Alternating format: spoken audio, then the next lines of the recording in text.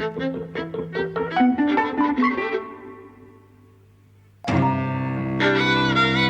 and welcome to Eavesdropping at the Movies. I'm Mike. And I'm Jose. And we've come back from seeing Rampage. We tried twice to see it. The first time the screening was really buggered up. It was the same problem that happened at the death of Stalin, but they just were completely unable to fix it. So we saw another screening instead, which was at the Limax. Yes. So it was better. It was better. But nonetheless, it took us an hour and a half to fucking see it. Yeah. So, but we should say how nice the manager of Cineworld was. So, on the one hand, we arrived at the cinema and the thing was unwatchable. The screen kept pixelating in front of our eyes, right? And entire areas of the screen were pixelated and you just couldn't see anything. Yeah, we're just sort of covered in this red digital. There was something going on. Yeah, it was like giant. It was blue and red and rubbish. Giant pixels. But this time, it's happened before. And, they haven't been very helpful. But this time, they tried to fix the problem. They couldn't fix the problem. So at least they upgraded us to IMAX and kind of, the manager treated us very well. So yeah, he did. He also replaced my snacks. Yes. Which was, a fortune. I barely got to eat them. You're waiting for the film to start to eat them, really. And the film didn't really start. So. Yeah. So anyway, we got to see it. In 3D IMAX, which is was better, though not good enough for me. I really disliked the presentation or the film. No, the presentation was lovely actually. Right. It's kind of the film. But first, I want to hear all your enthusiasms because I can tell I had how a good much time. you enjoyed it. I mean, I didn't have an amazing time, but I had a good time. I think it's a film that's quite honest about what it is. So we'll just say that the Rampage is based on. Or it's a kind of intellectual property that's drawn from a series of video games, apparently, which are a series that I wasn't aware of. It's a 1986 arcade game, Rampage. You actually see it in some shots. You see it's as a Easter egg or whatever. It's in the background. The actual arcade unit. The video games apparently are. I don't know them. Apparently they're very, very simple. They are some big monsters run around cities, smashing things up. You play the monsters. Right. That's pretty much it. Well, that's the film. And that is the plot of the film. So Dwayne Johnson, The Rock, is a gorilla primatologist. He hangs around with gorillas and sort of communicates with them, teaches them to sign and stuff. And he's sort of a bit of a conservationist rescue guy. He's an all-round good bloke. And meanwhile, evil people are developing a genetic thing that, when released as a gas and inhaled by a chimp, makes it get very, very big and strong and all the other things and very aggressive. Yeah, they go to some trouble to describe what this genetic mutation is. So basically, kind of, they take genes from various animals and kind of bring them together. Really. Yes. So it's not just that a gorilla becomes bigger, and more stronger and so on. It's that they also develop other powers. Yeah, they can do. Yeah, it's kind of intentionally vague. It's actually based on a genuine genetic technology called CRISPR. It's name checked also all over the place in the film. And the film actually goes to some effort to say that what CRISPR does in real life is allow you to edit genes one at a time. Yes. And what this particular scientist has done is find a way to enable that to propagate throughout an entire organism. So you can give some CRISPR thing to a chimp, and its whole thing is just now it starts growing. Yeah. So actually, I think that there's a certain level of respect for the science there. It's like the film delineates. Oh please. No. It's all I'm saying is the film delineates. This is where the science ends and the stupid begins. Yeah, and there's a lot of stupid. There's lots of stupid in this film. Yeah, this film is all about stupid. But I think there's actually a real kind of honesty. I like that. The evil guys, there's two evil guys, there's Maylin Ackerman and her little wimpy sort of brother, and their whole thing is a very stupid plan about let's make these animals massive, draw them to Chicago, where we can hopefully kill them and then sell their stuff. It's really dumb, but I like the fact that there's no thing of we believe we're doing the right thing. No, you're not asked to sympathise. But I also thought I hated them. Oh yeah, and I thought they were really badly played. So, kind of, the premise was simple and so on, but it was done without any elegance or wit or, and actually, it was such bad performances, really. It was however you think of a bad movie silent acting, this is worse, really. This is just like kind of unbelievably bad. It's rubbish. So I was bored. Yep. And I found it stupid, and I found it vulgar, and I found it an indictment of contemporary American culture. Not to put too fine a point on it, but it is characteristic. I remember seeing Beyonce at the Super Bowl, right? And, you needed thousands of dancers, and it was all militaristic, and there was formations and marches, and it was all loud, and military and explosion. And this reminds me a little bit of that,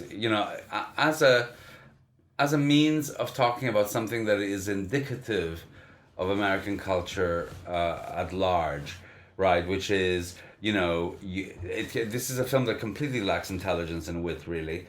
To me, the only redeeming value is Dwayne Johnson, and I hope he's getting paid a shitload of money, because he deserves it. Because it's the only thing that's kind of warm and charismatic and human in the whole film, really. I will agree with you on vulgar, for sure, and I think actually it is a problem with the film, because this is, of these kind of huge, stupid disaster movies, it's being aimed sort of at a slightly younger market, you can tell, right? But it has in it these jokes about teaching the chimp the middle finger, and there's this sex joke at the end where the chimp signs a... It's so crass. There is elements of real crassness, and actually the fact that they get into a film like this that's aimed at this market where these kids will see it, it's like they're not bad enough to make it a 15, but then it's also sort of irresponsible, like really, and they're not funny enough. No. They really, to me it lacked wit. It had a few good moments, like, in a film like this, in a way you can't go too far wrong, because they always have a few moments, right? Like, they have a few moments of that make you recoil, that catch you by surprise.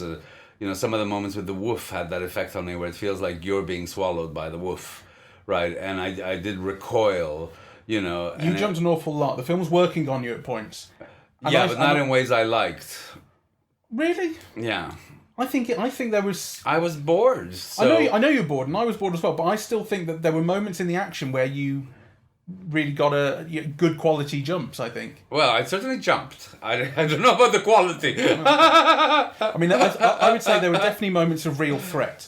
I'm thinking particularly when The Rock is being backed into a sort of corner and the giant crocodile thing is snapping at him and he's inches away.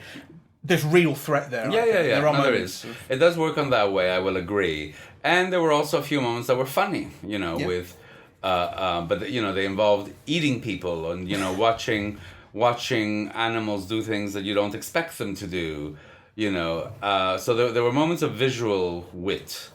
So those things I enjoyed. But I don't know if I'm getting old or if it's a problem with me or if I've seen too many of these films before. But what people think about Marvel films, which is that they're dumb and artless and so on, I think it's true of this film, really. Much truer of this film than it is of those films. Well, those films can be great. I'm a fan of those films, but I think this is really crass, and there's something that I really found unappetizing about it, right? Like, so for example, you can't... these are filmmakers that lack the skill to kind of create tension out of the value of one human life, right? So they kill thousands and thousands and entire cities and rampages and, and I kind of, at a certain level, it just kind of stops working on me, right? Like, so you've got to put all of Chicago under threat. You've got to destroy Chicago, right? And when the crocodile monster was going up that building and and then the building comes down in a way like the Twin Towers, right? And you think, like, do you really have to go this far to kind of create tension and suspense? In the meantime, people are dying left, right, and center, right?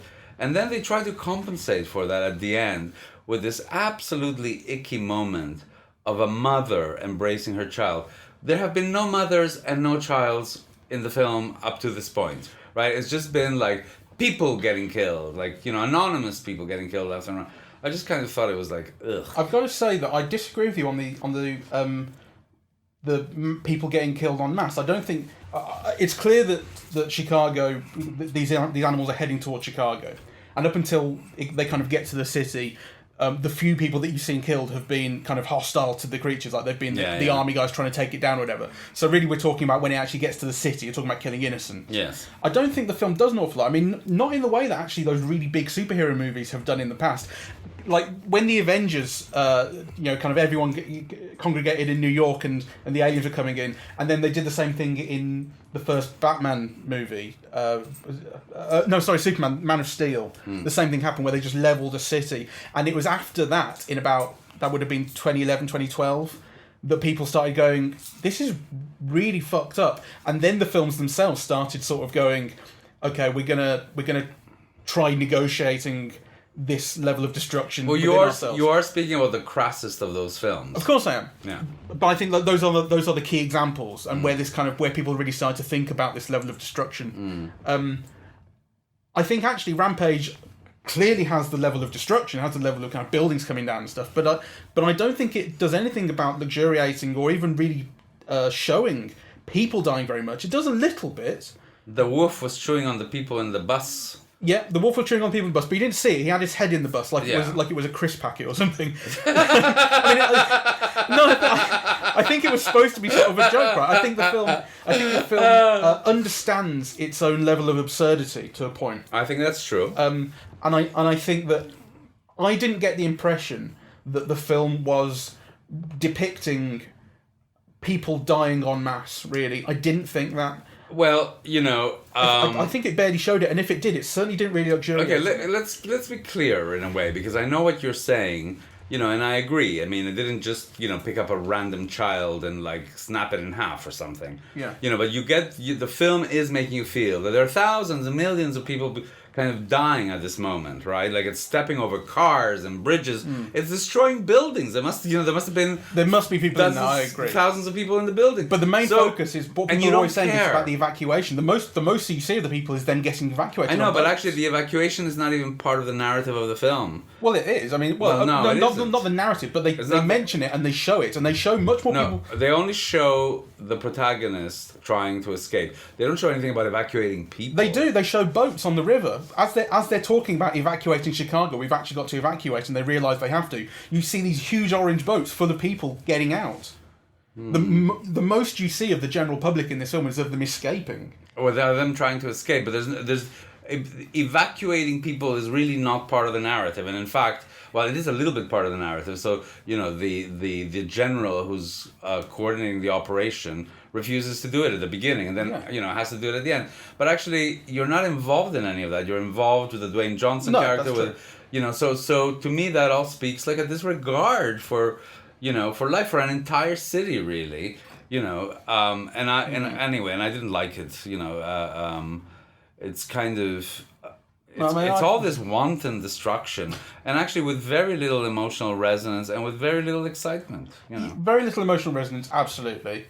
I think there was a certain amount of excitement. Like there were actually, some of the ways that the creatures kind of attacked the buildings and climbed within them. You're particularly thinking of that bit where the crocodile kind of climbs out of the side and then climbs up the side, and then the camera sort of zooms out and reframes. There's actually some. I don't want to go overboard on the visual quality of the film because there isn't very much, but there are moments where it looks, for want of a better word, cool. Like enjoyable to watch certain things, and I think the fact that I didn't really feel that people were under threat and the film was being wanton towards human life was actually part of that. Well, okay, so let me reframe, because I largely agree with what you're saying, except that I'd be like completely bored and going ugh at cinema, and then there'd be like some clever thing with a crocodile eye popping out of one floor of the building or something. You go, oh, that is cool, right? That's it. Yeah, but it was in the midst of all this. Sure. There's not very much imagination, but there are actually quite a few moments. I do like particularly that shot you're talking about where he's running across the building's on its side, so he's running over windows, and the crocodile's beneath the windows looking up at him. Yes. Again, quite threatening, Yes. So it has its moments. So anyway, and I hated all the characters. I hated the interplay at the zoo. It was just such a cliche. Dwayne with his dweeb assistant, and then the nerd assistant, and then the one who's scared, and you know. So I kind of, and I thought none of them were very good. So I thought as performances, none of them were good, and none of them were clever, none of them were funny. Like the only one who seemed natural in all of this, and really it is kind of, The Rock. you know, is The Rock, you know, whom I don't like, you know. Oh, I like him very much. He absolutely suits this sort of film. Well, he definitely suits this kind of film, and he's very charismatic in it and very relaxed in it, right? You know, so. But of all these roles in which he's played essentially the same character, this is actually the worst. Like his character in this is the least interesting or likable. I mean, it's not that he's not likable, but it's so lazy the way it's put together. Yes, there's no. I haven't seen San Andreas. San Andreas was also directed by the director of this film, and I saw that, and I quite liked that. I don't remember again very much about it, and it was mostly about the spectacle. But I remember quite enjoying it. I don't remember very much else. And again, it would be wrong to say that I didn't enjoy this, but I was absolutely aware of its flaws and of the laziness of certain aspects of it. I did like the fact that, as I was saying to you, that they're actually, despite the fact it's kind of quite by the numbers in so many ways, it actually sort of is aware enough to, I think, deliberately start things and actually not follow through with them. So, for instance, those characters that you're talking about, his gang at the zoo, you think that they're going to be sort of the gang that goes through, and they just don't. They just go, right? No. Quite like that, because they were rubbish. Yes. And I also like that that there's a team of sort of Navy SEALs or Special Ops or whatever who go into a forest to try and take this wolf down somewhere else, and they all die except for the leader. The leader's played by Joe Manganiello. Manganiello, yeah. He's the leader of these SEALs, let's say. And he's the last one surviving, so you think, all right, he's gonna join The Rock and his new friend, the scientist, but he just doesn't. He just dies again. That's sort of like I think that is starting a trope, especially because it's played by a name actor. I know. It's starting something that it goes, we're not going to do that. His career must be in a very poor place. Well, I don't know. To take a role like that. I didn't like that. I didn't like that so the Rock teams up with this woman who is this scientist who has a kind of backstory or whatever, and who is Naomi Harris? Yes, Naomi Harris. And right at the end, when the day has been saved and it's all fine, the chimp who is the chimp is the Rock's friend, sort of signs to him, are you two an item? He does it more vulgarly than that, but that's what he's saying.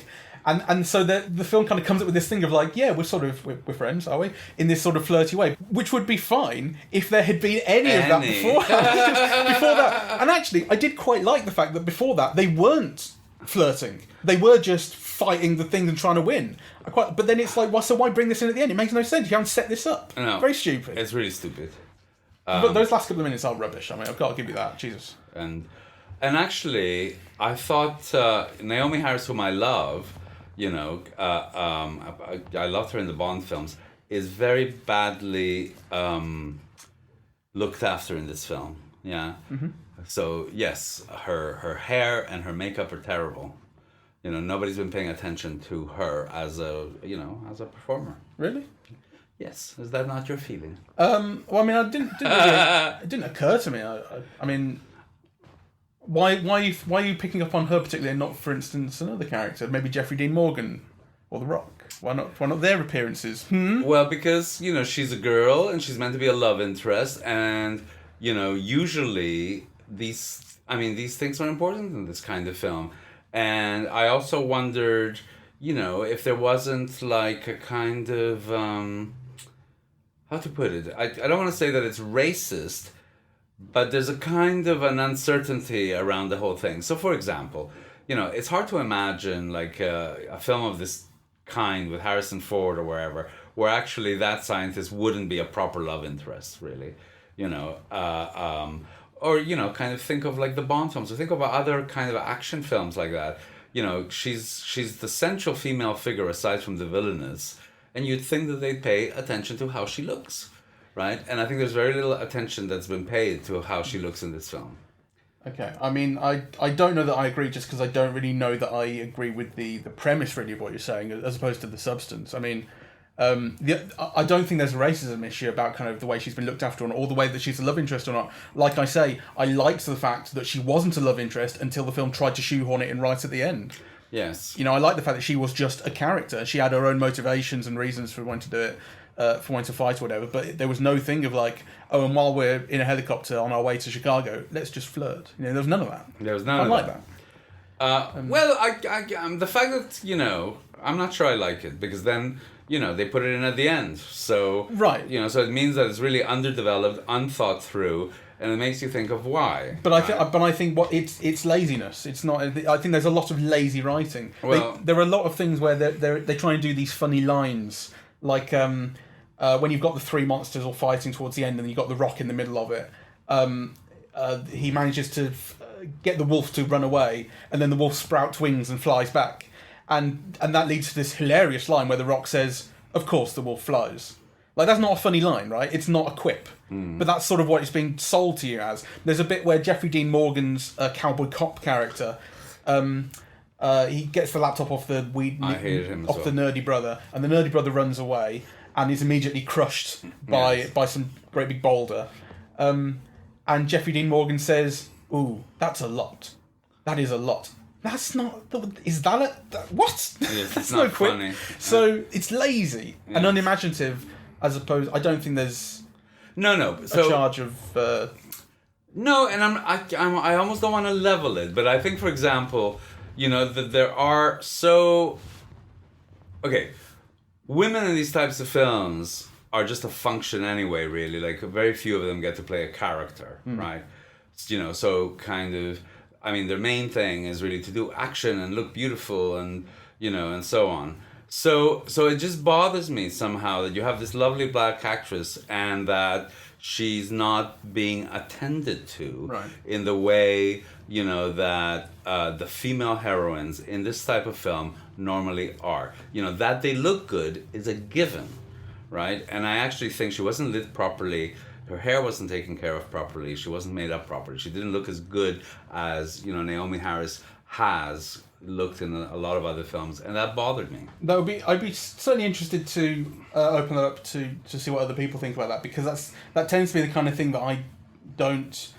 I don't want to sound like, oh, I'm so progressive, I don't even think about this sort of thing. Like, but that's not what I'm trying to say. It's just the kind of thing that, like, I'm not even sort of trained to really think about. I don't think about. I don't. Maybe there is something that I really need to learn to think about in that respect, because it is historically sort of important, the way women are portrayed and the way that they're made up more so than men, or in a different way. Think of the second Mission Impossible film with the John Woo one. Yeah, the John Woo one with Tom Cruise and Thandie Newton. And think of how gorgeous Thandie Newton looks, and, you know, like how she's beautifully lit and she wears gorgeous clothes and her hair. I mean, mind you, she's meant to be like a cool spy and so on. But nonetheless, you know, in this type of movie, those things are important. And I know she's meant to be a doctor and so on, right? But, like, I can see what you mean. Although I don't particularly remember I don't remember Mission Impossible 2 particularly, but I can see what you're getting at. I think when it comes down to this is laziness, and it's just not the focus. And I think that's what it is. It's laziness. Yes. It's a lazy film. It's a lazy, crass, vulgar film. I do like the fact that the military doesn't save the day. I think that there's this constant thing of how the military are going to send in bombs. They're going to send in the Moab, the mother of all bombs. But this is a film in which there's been no thought given to anything. Sure. You know, because on the one hand, it condemns science, it condemns big business, it condemns the military. What is it for? You know? Abs. With not even abs? I think there are three, for me, there are three major problems that this film has. One of them is that The Rock doesn't get his top off. And I know you said does he usually in films, because I don't follow him. I don't think he does, but he should. Well, why should he? Because he's 200-pound big man. Well, who wants to see that? Everyone. Not me. You should see him on Instagram. But so there's that. There's also the fact that they don't give The Rock the serum and make him, 80 foot tall. I was hoping that they would. That's what I want to see, right? Have you seen Honey, I Blew Up the Kid? Yes. The one where the baby becomes 80 foot tall and runs through Vegas. Yes. Imagine, that was a great, that was a great film. So imagine, you've got the only way we can save Chicago is if we inflate The Rock even more than he already is. So he steps on people on his way to kill the wolf. Yeah, no, he'd be careful. He's a lovely man. He's friendly, and I can't remember what the other problem was, but it's along those lines. Anyway, it was. But that would be a different film. But it would be more for me, what was interesting was just, so I really was bored. Yeah. And then I would have all these jolts, right? And you think, well, how could you be bored and have all these jolts and be jolted in that way, right? And that's kind of what's interesting to me. Like, I haven't thought it through. I'm not sure. Because those jolts did work, But how could that be accompanied by so much boredom? It's, it's like an interesting thing. Maybe it's just like, the film is a jolt machine. And at a certain point, you're just bored of being jolted, really. Like, I'm wary of describing it as that just because... there are films that really are like we're thinking about horror films when it comes to sort of jolts, and I really take offence to sort of jump scares for their own sake, or when it seems like the film can't do anything else, which is what you get in quite a few horror films, and that always to me feels like I'm sort of being punished or being sort of browbeaten into a feeling of fear, and I don't think that's what this film does. No, it doesn't. But there are clear, like, so for example, the moment where they eat that soldier, with the way you do get jolted out of your seat, but then it's accompanied by boredom. So I know what you mean about the horror films, and this is quite different, but it does feel like it's mechanical and unimaginative, and it's got these. Almost like this formula that worked. Like, they knew that would jolt you, right? So that was a good idea. It achieved its intended effect, But then kind of the rest just bored you. Like, Yeah, it comes down to character and the lack of any interesting characters, and really the plot is the simplest you've ever seen. Yes. It's, it is. The animals become big because a space experiment went wrong. And they become mutants. Yeah, they become big, they become mutants, they become very, very angry, they run into a city, and then they're stopped. And it is the simplest thing you've ever seen. Yes. God knows why they needed to base it on a video game. You don't need to base it on anything. You can come up with that on the back of a poster. So I think that's where... Big hit.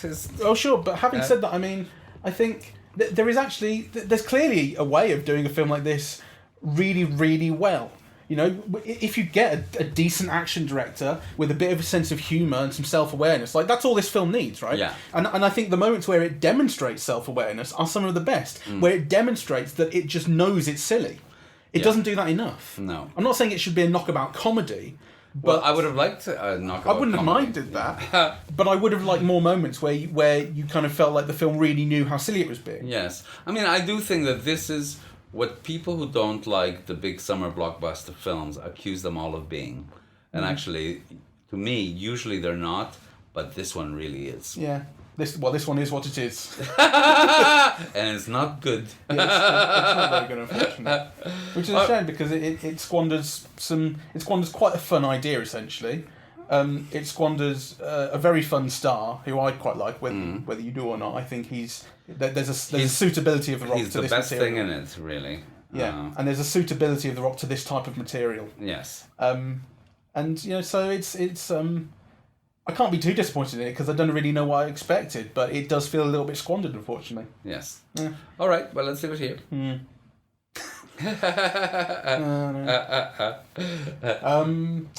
We're Eavesdropping at the Movies. We're on Twitter at Eavesdrop Movies. We're on Facebook, Eavesdropping at the Movies. eavesdroppingatthemovies.com, where you can see all the episodes. And also we're on iTunes and SoundCloud, that's where you can listen to us. And you can catch up. So, if you've missed some of these movies, but you've seen them on DVD or on Netflix, you can all the episodes are still there. Eavesdrop after the fact. We started the podcast back in August 2017, so there's a few to catch up on. There's a backlog now. Yeah, absolutely. All right, we've got a body of work. A body of work.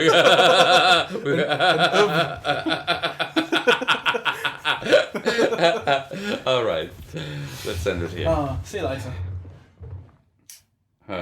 We do have an oath.